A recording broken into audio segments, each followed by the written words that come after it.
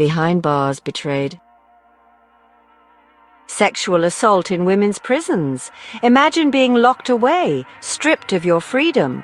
Now imagine that your prison guards, the very people entrusted with your safety, become your abusers. This is the horrific reality for countless women in prisons across the United States.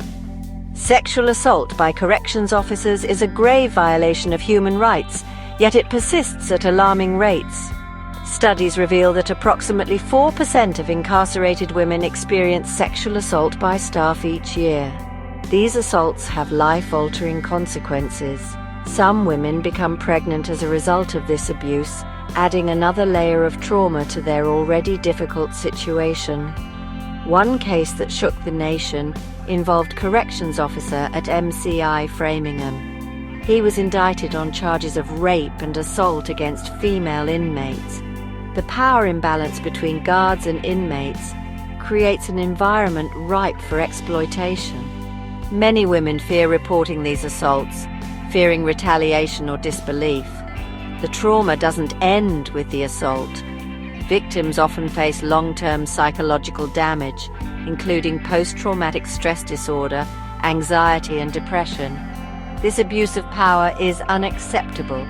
We must demand better protection for incarcerated women. We need stronger accountability measures, increased oversight, and a culture of zero tolerance for sexual abuse within our prison systems. A cruel cradle. Pregnancy and childbirth in prison. Pregnancy should be a time of joy and anticipation, but for incarcerated women, it often becomes a nightmare. Pregnant inmates face a harsh reality, often deprived of even basic prenatal care. Many lack access to proper nutrition and essential vitamins, jeopardizing the health of both mother and child. When it's time to give birth, they are often denied adequate pain relief and proper medical attention. The trauma of childbirth is often compounded by the inhumane practice of shackling. Despite laws against it in many states, an estimated 20% of pregnant inmates are shackled during labor and delivery. Imagine being strapped to a bed while experiencing the most physically and emotionally intense experience of your life. The ordeal doesn't end there.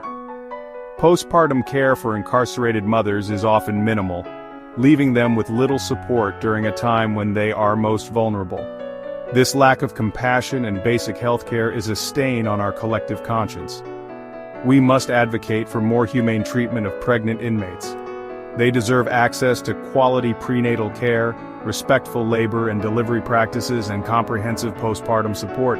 The well-being of both mother and child depends on it. Torn apart. Foster care and the fight for family. The trauma of incarceration extends beyond prison walls, tearing families apart. When a mother is imprisoned, her children often end up in foster care. This separation has devastating consequences for both. The emotional toll on a child separated from their mother is immeasurable. They lose their primary caregiver, their source of comfort and security. The financial burden of regaining custody presents a daunting obstacle for many families. The average cost of reuniting with a child in foster care hovers around $2,500, a staggering sum for many struggling to rebuild their lives after incarceration. This system often feels designed to punish families, not rehabilitate them. We need to rethink our approach to incarceration, recognizing the importance of maintaining family bonds. Programs that facilitate regular visits between incarcerated mothers and their children are essential. These visits help preserve the parent-child bond and ease the trauma of separation. We must also work to eliminate the financial barriers that prevent families from reuniting. Rebuilding bonds. The path to reunification and healing. Family reunification is not just about righting a wrong, it is about investing in a better future for everyone involved. Studies have shown that children who maintain contact with their incarcerated parents fare better emotionally and academically. They are less likely to engage in risky behaviors and more likely to thrive. For formerly incarcerated mothers, the support of their families is crucial for successful reintegration into society.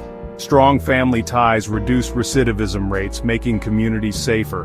When a mother returns home from prison, she needs the love and support of her family to rebuild her life. We need policies that prioritize family reunification and support formerly incarcerated mothers. This includes providing financial assistance for legal fees, housing, and job training. It also means expanding access to quality mental health care and substance abuse treatment, addressing the root causes of incarceration. By investing in families, we invest in a brighter future, one where justice and compassion prevail.